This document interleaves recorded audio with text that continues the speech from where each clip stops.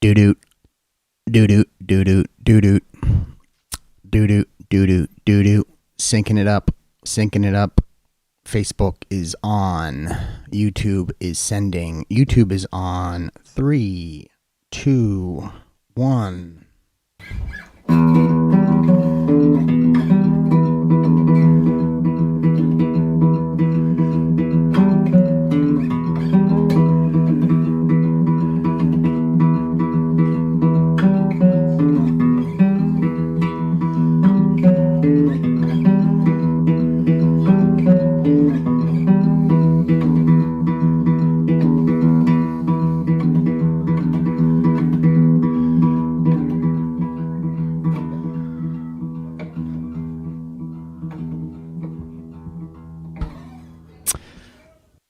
Good afternoon, everybody. Jer here, Marv there on Daily Riff. This is Quarantine Hangs, episode 8. What is up? Anyone get their Trudeau bucks? Anyone got their Justin dollars yet? I haven't got mine. I'm waiting on it. My girlfriend got hers, so that's good. We can order groceries this week. Party! Who's learned how to make bread now, huh? Yeah, everybody. Everyone thought I was fucking crazy for making bread. Last couple of years, I've been a bread maker. Everyone's making fun of me. Now who's the fucking joke, huh? You making bread? Cookies? Muffins? Probably. Because I can't find any goddamn active dry yeast in the grocery store, because that means everybody's baking their damn asses off. So what are you making in your oven? Made some oatmeal raisin cookies the other day that were basically the best fucking thing I've ever eaten in my life. How's everyone doing? Renee, James, right at the top of the list again. Good to see you guys. Got a couple new people in there. It's been a time. It's been a time. Let's not talk about how crazy we're going. Let's just keep moving on here. Let's talk about what we're watching. First of all, I know there's that move that people do when there's a popular show, and if you don't get in like early or like on the regular amount of time and everyone's talking about it, then it's just like spiteful. Like you don't want to watch it because everyone's like, have you seen it? Have you seen it? Have you seen it? And you're like, now I'm not going to see it because you're fucking driving me nuts. So I was kind of like that with Ozark, right? Because everyone's like, Ozark season 3, it's fucking awesome. And I was like, fuck off. I'm not watching it. Okay. So I finally got over my own stubbornness and started watching Ozark. And I'm on season 1. No fucking spoilers. If you spoil it in the comments, I'm going to be fucking pissed. In fact, I'm going to not look at the comments for a second while I'm talking about this because I know you guys are fucking little trolls like me and you're going to fucking spoil it.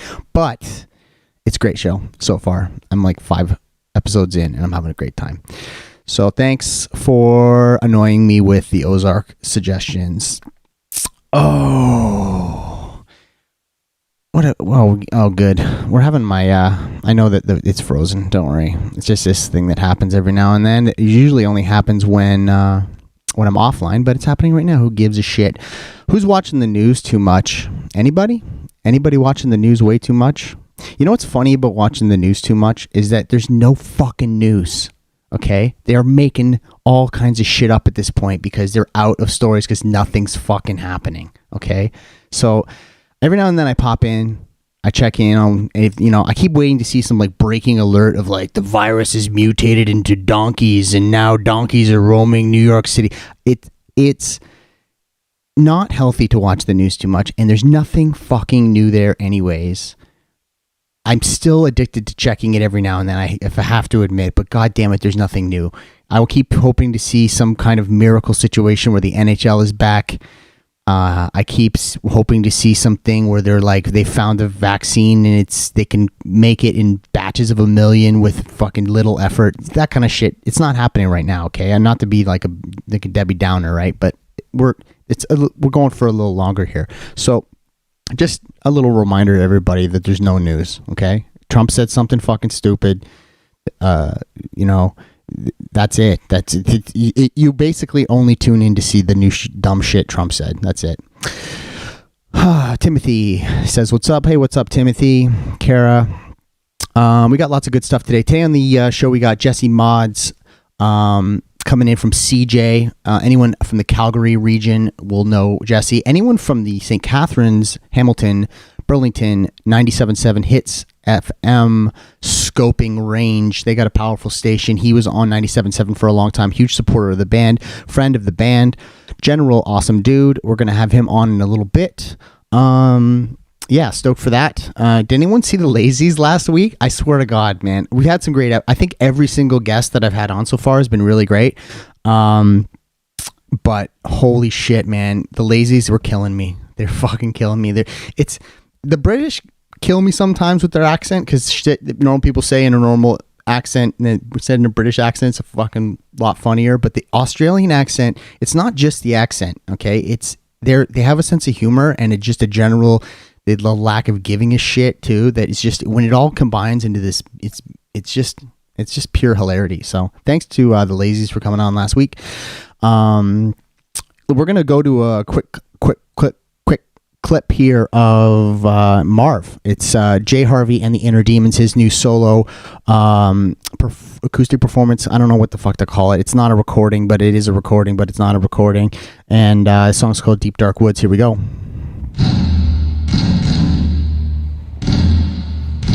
Fucking scaring us.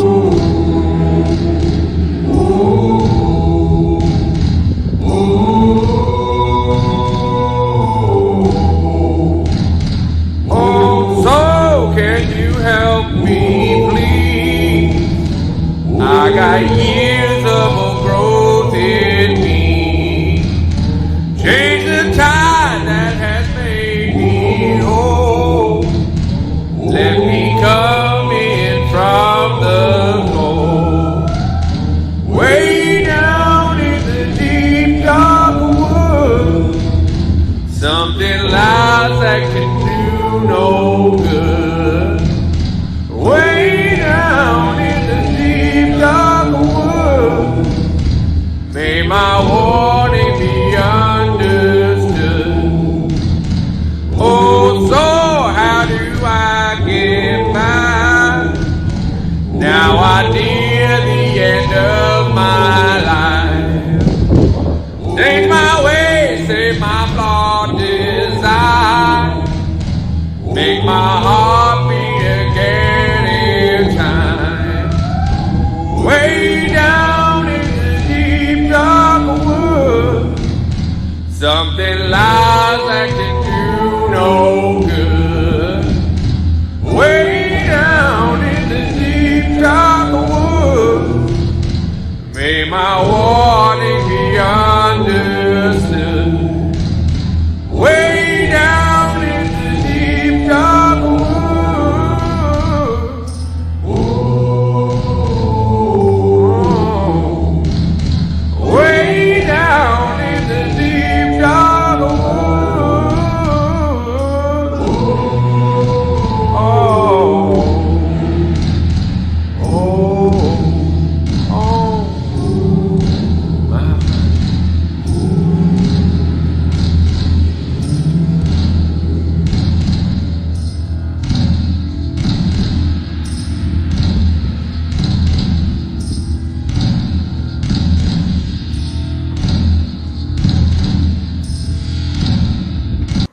There you go. That's Jay Harvey and the Inner Demons there. That's our lead singer, Marv's new solo project. I wanted to play that for y'all because it's wicked, and I figured you guys would dig it, and you're digging it. People are asking who it is. It's like, I know he looks scary, but god damn it, it's Marv.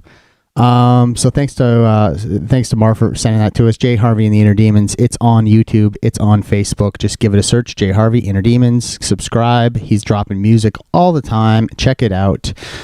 Yeah, we're just going to take a quick word from our sponsors, and then we're going to slowly move over to the Jesse Modz interview. We'll be right back.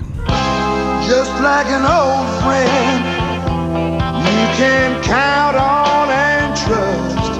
It's like smoking on the sunshine, right over the rust. Treat it to trim clad, give it some TSC. More people paint and protect more things with Trimclad than with all other rust paints combined. Look for... Yo, seriously, what happened to banger tunes like the Trimclad fucking jingle, man? Where'd they go? I bet you all those people who were good enough to make jingles that fucking banging just eventually started to get into the music industry because the music industry's taking such a fucking dump. They're just like the Tremclad guys all of a sudden got like a fucking hit record. We don't know it. Speaking of hits, anyone watch the new Delia comedy special yet? Because I'm looking forward to that. Sometimes he's hit or miss with me. Like, there's certain jokes that are like the best jokes ever, and then other times he loses me here and there. But I'm really looking forward to his new special because comedy is what we need right now, and it's out today. So Chris D'Elia, No Pain on Netflix. I'm going to be checking it out. I recommend that you check it out as well and tell me how much it rules or sucks. Before we get Jesse Modz on here, you guys may know him from Hits FM. You may know him from CJAY in Calgary. One of the things you may know him from is something that he did when the Tragically Hip reunion was going on and scalpers were out of control. I love how it took the Tragically Hip thing for people to actually lose their shit over scalpers. It's always been a problem, but regardless, that's fine. Sometimes it takes a little fucking tip over the falls to get people going. So what he did, in support of all the outrage that everyone was feeling towards these scalpers who were selling hip tickets for ridiculous prices, he got back at them. I'm not going to play the whole clip, but basically he goads a scalper into driving like over an hour to deliver the tickets to him in St. Catharines. And once the scalper arrives at St. Catharines, this is what ensues. This is Jesse Modz coming up next. Hello. Hey, buddy, it's Jesse calling about those Tragically Hip tickets. Jesse, you gonna be here soon? Where are you? The Penn Center, right outside the Zares. Here's the best part. Blue Hyundai Accent. My favorite here. Yeah, and what was the price we agreed on again for those hip tickets? $2,000. Listen to his voice when he says $2,000. Anyone who's dealt with people on Kijiji selling, buying anything, you know the second that question is asked after you've already decided on the price, you know you're fucked. As soon as the person is like, how much did we agree upon again? Because you know the deal was set in place on email or on text ahead of time. So as soon as you hear that question as the seller, you know you are fucked. And this guy is so hoping he's not fucked. 2,000? Yeah. You feel good about selling those Tragically Hip tickets for $2,000? Don't even fucking start, man. Do you feel good? Hey. I just drove an hour, all right? Do you feel good? I just drove an hour, all right? And I got to do, all right? You I have feel, a job, man. I work like you. I just have to pay my... Buddy, you feel good taking advantage of a dying man's... I feel good. Yeah. Jesse's laying it on real fucking thick here, I have to admit. But this guy deserves it, and it's hilarious. You took advantage of me. You took my time. You took my time. I'm sitting here in St. Catharines. Hey, buddy, listen to me. You feel good taking advantage of people trying to see one of their favorite artists on his final tour ever before he dies? Yeah, well, they can pay the money. And how long you been doing this for? If they want to go, they buy a ticket for me. That's what I do. I'm giving them a ticket to see what they want to see. And how long you been doing this for? Another part that I love there is this guy's trying to play himself like the fucking saint of like, I'm just providing a service here. You don't know the good I'm doing in the community. I've been doing this for 5 years, but that doesn't even... You've been doing this for Are you coming to buy... You've been doing this for 5 years? He's still holding on to hope. He's, are you coming to buy these tickets? No, you fucking moron. You've been doing this for 5... Hey, buddy, you've been doing this for 5 years and you drive a blue Hyundai Accent? Just going below the belt on the Hyundai Accent. By the way, I drive a Hyundai Elantra, but I bet you I would be driving something better if I was selling tickets for $2,000. You. What's your... I have your number, man. Yeah, but... The empty threat. I have your number. Do you know what you can do with somebody's phone number now? Fuck all. Yeah, I don't give a shit if you have my number, buddy. I got yours as well, and you're a piece of garbage. I'm glad you drove an hour to give me those tickets. Drop dead, you moron. Yeah. Good stuff, Jesse. Let's get him on the line. Let's get him on the line and give him a virtual high five. I love that. It went. I think it went viral after that. He got a lot of attention from that video. And as he should, because I'm glad somebody did it. Let's get him on the line. Whew. There's the man. Oh, there we go. Get us both in here. How you doing, bud? There we are. Yeah. Not too bad. How about you, bud? Good. Did you see where I was at in the stream when I called there?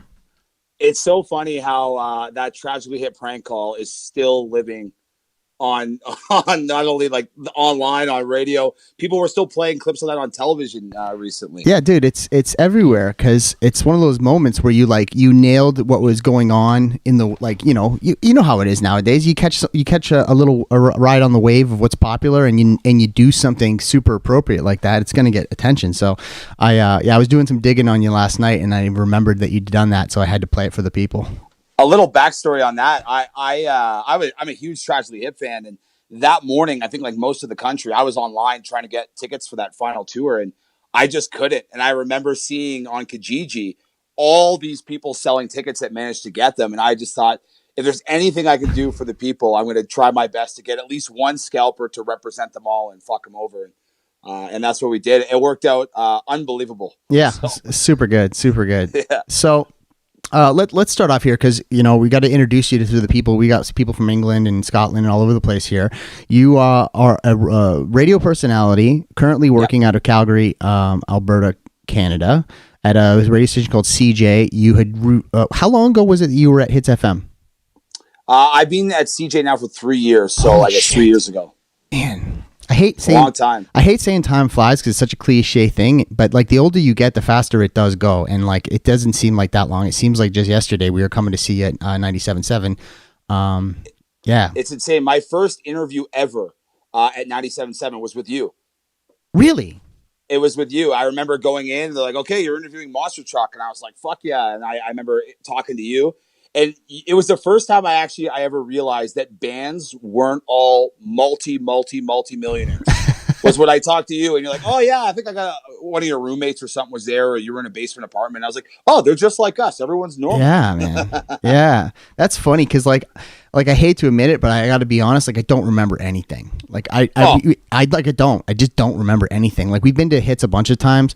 I have a pretty vivid memory of us playing the battle. We did the Rock Search. I think it was probably before Rock you were Search. there.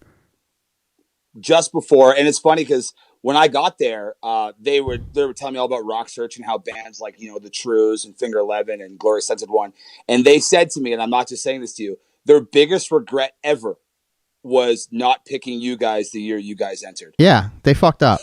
They fucked up. And I'm not trying to be an asshole about it because they did what almost happened to Crownlands, which is that the band that won when we won, it was a band from St. Catharines who brought a school bus full of people to the show in Burlington to like stockpile the venue with fans. And we not only did that, that's obviously a big move, but what happened was we got screwed on the lottery draw of picking when to play, and we ended up having to go on first. So by the time they went on near the end of the night, we had been largely forgotten, and then they had this huge crowd of people and going nuts for them.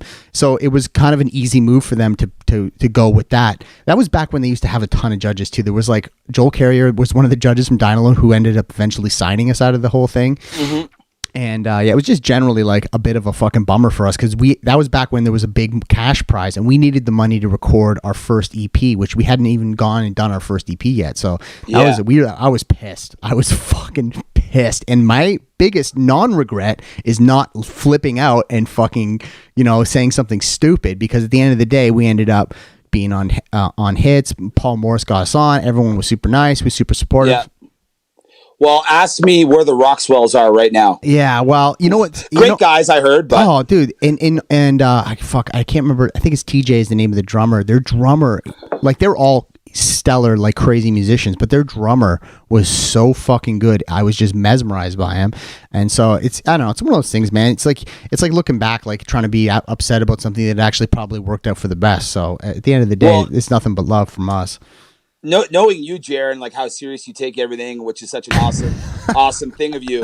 Like I always felt, and correct me if I'm wrong, but you kind of had a chip on your shoulder about Hits FM. Like even when I was there, you're always great with me, but I felt like you really did feel like you guys got fucked over. By this. I'm not going to go into the details about it, but I have the judging scorecards. So if we want to get off the internet one time and talk about it, I can show you. I can show you where the chip on the shoulder came from. But like I said. I was mad at the time, and then I let go of it because I realized that there was something bigger that we were trying to achieve. And then, of course, at the end of the day, we ended up getting tons of radio play from hits, and they've been probably, honest to God, at this point, off of the stretch of like 11 years or 10 years that we've been a band, they've probably been them and Y108 have been the biggest stalwarts of like playing the old stuff, always adapting the new single, always being there and like trying to like pump the band up when we've got new singles or new videos or whatever. So at the end of the day, I'm super glad I didn't let my bad side kick in and be a dick about it, because I've done it in other ways and it's hurt. It's hurt. I've had guys in the band be like, dude, what are you doing? Shut the fuck up. And I'm like, oh, sorry, I'm a fucking asshole. So, well, you speak your mind, man. And that's why. I know. You know how that works. It's you take the good with the bad. So, we talked about this earlier, but you're not broadcasting from home. You've got such a tight staff over there at CJ. You're still going into work every day. And it's got to be weird. It's like a ghost town outside. Yeah, we got the like the bare bones staff, so only on air staff are allowed in our building, and then where our station is actually located, where we broadcast from, is secluded from the main building anyways. So you have to get like a bunch of pass cards to get in. Yeah. So I still go in every morning. But you're right, man. It's so weird. We're getting like, 6 hours. In 6 hours, we get like 2 weeks worth of news. So on our morning show, we're just trying to like pile through all the shit, all the garbage. And, we're really trying to focus on positive stories. Because I feel like right now there's so much shit and garbage everywhere you look that people need a little pick me up. And if you look, and you don't have to look too hard, there are unbelievable people doing amazing things for their communities all across the country. And that's kind of what we try to focus on, is not so much all the bad stuff happening, but how good people are being to one another right now. Yeah, it's true. It's true. And I like I said, it's just like the hits thing. It gets the better of me sometimes too, where I get I'm pissed off at Ticketmaster this morning because they won't refund all the tickets I have that currently holding them, because they're postponing them instead of canceling them and all that shit. But there is so much good going on out there, and there are people helping each other. So it's good to hear that. People are asking on the stream. They want to know about the Jaws poster with Gord Downey there behind you. I don't want to get into all this stuff because I have so much shit. Yeah, you can give us a mini tour here. I saw a bit of it on our test call, so show us some of your favorite stuff there. All right, so that's a picture by an artist here in Calgary named Chris Tutty. That is Gord Downey from his final tour. Actually, from that hip call that I did, I got this photo from Gord and the band. It's like a thank you, like a best wishes thing. Oh yeah, which is kind of cool. Wow. I got a Chris Cornell. I got a cool Chris Cornell story involving you, actually. No. That's Chris Cornell as Jesus. Yeah. Here's I don't know what I can show you guys. I got so much stuff here. You sent me this, Jer, actually. That was a couple of years ago now. Yeah, you're the only one who got it personalized. I think we gave out like 50 of those, but you were the only one who got a personalized one because I was like, oh, this is going to Jesse at CJ. I know him. I appreciate that. Yeah, I got some cool stuff here, man. I was in a boxing match. I was an amateur boxer 1 year last year. Okay, so let's get on that right now because that was my next question. Was that okay? So you're 1-0, undefeated. 1-0. So it was an event called White Collar Boxing. Yeah. Was it for charity or just? Yeah, no, it was for charity. We I agreed to do it if they donated a bunch of cash to the CJAY92 Kids Fund. It's a charity we have here in Calgary where we help out kids all over the city, and they said yeah. So they put up 10 grand. I raised another 10 grand, so I got 20 grand for charity, and I agreed to the boxing match. It was insane. And so, how did you win? Did you just train your ass off? Was the guy you were fighting? Did he suck? Was it a little bit of both? No, so it's actually a really well-run program here in Calgary. It's out of a boxing gym in Airdrie. You guys actually came down and did that charity event for White Collar Boxing. Yeah. When I had you guys down, but yeah, so we trained for 3 months, a couple times a week, and it's like legit training, man. Like you get punched in the face. You can't. There's no fucking around when it comes to boxing. Like one bad punch and you are done. Man, it was the single greatest accomplishment I think of my life. Oh, it's amazing. Just dedicating myself to that training and going and doing it, and I'm so lucky. Like I'm just like such a fan of everything, and I love to like meet different people, and sometimes I get to meet really cool people. And I became really good friends with Bret the Hitman Hart. That was my next question. So let's go there. So I asked him. I go into his house. We're in a table hockey league at his home, which is unbelievable. And I asked him one day. I was like, "Hey man, can you walk me to the ring of this boxing fight?" Oh my god! And he said, "No problem." So I dressed up and we put his theme song on. and me and Bret Hart walked out. He had a Oh Hart my. Foundation coat on. You had to And win then. You had like, buddy. you had to win. Like, you have to win at that point. So picture me, like my favorite guy as a kid ever in wrestling Yeah. was Bret Hart. Yeah. He's walking me to the ring. I'm walking to his music, and he's my corner guy. So in my head, I'm like, I got 1,500 people here watching this fight. It's being broadcast online. I got Bret Hart in my corner. If I lose, it's over for me. So I just went into the fight, man. I fought a really nice guy named Chris Matugas, and all I did was throw the biggest bombs I could ever throw for 2 rounds. And then the third round, I just tried to survive because I was You were dead. dead. Yeah, you'd have been toast after Dead. that. Wow. Yeah, but it was cool, man. I ended up winning. I won all 3 rounds, and I got a belt for it. To this day, like the greatest accomplishment of my life. Oh, was that's just training for amazing. 3 months. Fuck, getting it congratulations. done. Okay, so that's the greatest accomplishment of your life. I have to ask you. So you won the Alan Waters Young Broadcaster Award. Yep. Which is given out. Sorry, I'm reading it here. We're giving out the Canadian Music Awards or Canadian Music Week, and for Fearless Fred won the award too, which is I want to get him on at some point too because he's been a huge supporter of the band. Awesome dude. But tell me about that because that's like hometown kind of. Is it hometown vibe a little bit with that? And because you're from Georgetown. Well, so the Alan Waters Young Broadcaster Award, it's given out to like the best broadcaster under the age of 30 in the country. And I actually interned at 102.1 The Edge with Fred. And he's the reason I'm in radio. Like my first job when I applied, they said, hey, you only have it because Fred's your reference. So you better thank him. I was like, okay. And he told me all about this award when he won it. So that was like a goal of mine when I got into radio. And I just like work super hard, and I've gone through the mud in all these different cities and towns and hamlets in Canada. And it was like, that's up there with like the best. Yeah, that's like, man. You're killing it. When you mentioned the Tragically Hip thing, that scalper prank call I did, like once I did that, they pretty much told me like I solidified that year that I won it. And that was awesome, man. That was such a cool thing. Yeah, like it's one of the things I think about a lot too. Again, going back to the Tragically Hip scalper prank, because it's like coming up with, it's kind of like the new thing about being a radio personality is that you've got to come up with content not just on the air but for social media because they want to integrate all that stuff so tightly into the broadcast because radio is having a tough time in lieu of all this other stuff. Spotify, iTunes, people can get anything they want anytime they want whenever they want. They're watching fucking Netflix while they're driving. Like it's hard to get into people's airwaves now. So like, does that keep you up at night? Like sometimes I'm lying awake and I'm like, what video am I going to play today on the show? Like, what am I going to do? And I'm like, fuck, I should be playing guitar. Like, how do you balance like the process of like, coming up with stuff on air, coming up with stuff for social media? Like, what do you do?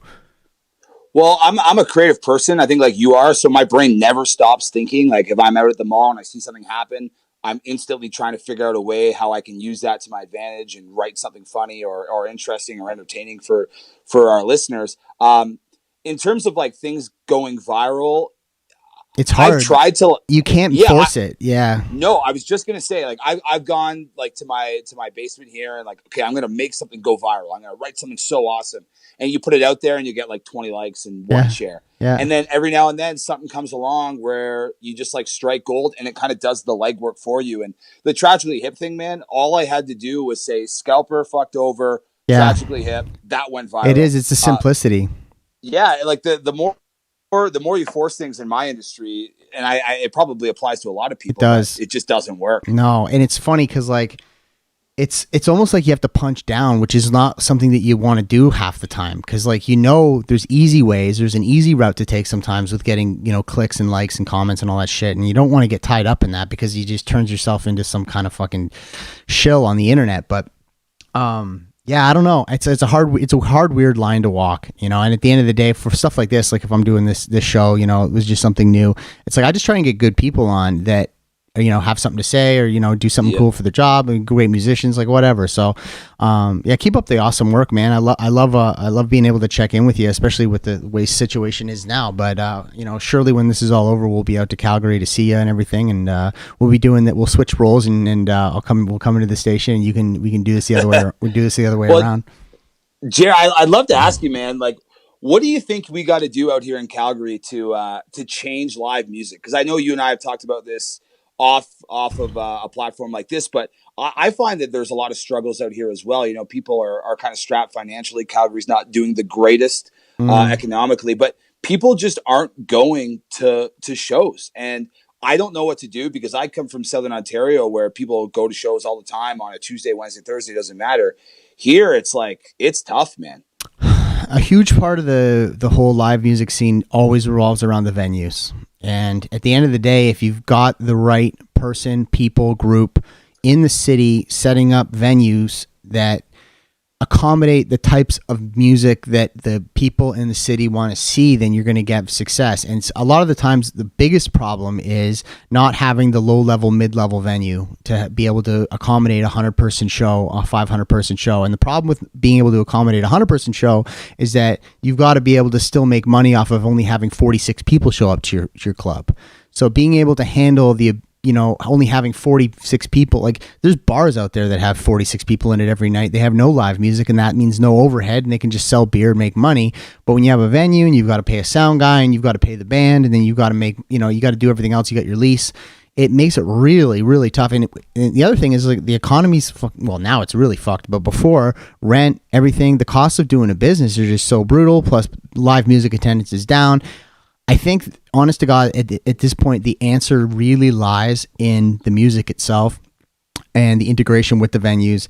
And we need another, and I hate fucking using this reference, but it just works in this situation. We need another Nirvana. We need another moment in rock music where a band is so inspiring and so incredible that it just forces people to listen to the radio, go to the venues, see the live show, buy the merch. Like, there's lots of great bands. Like, right now, my favorite rock band in the world is Rival Sons. And I every time they come to Toronto, I go and see them. We're buds with them. We've played shows with them. Like, it's kind of like they're on a much higher level than us now, but they also work their asses off. They're touring nonstop. But like a band like that, but something that is not only as good as Rival Sons, but also hits the younger audience in a way that they feel like they're seeing something exciting and special that's never been done before.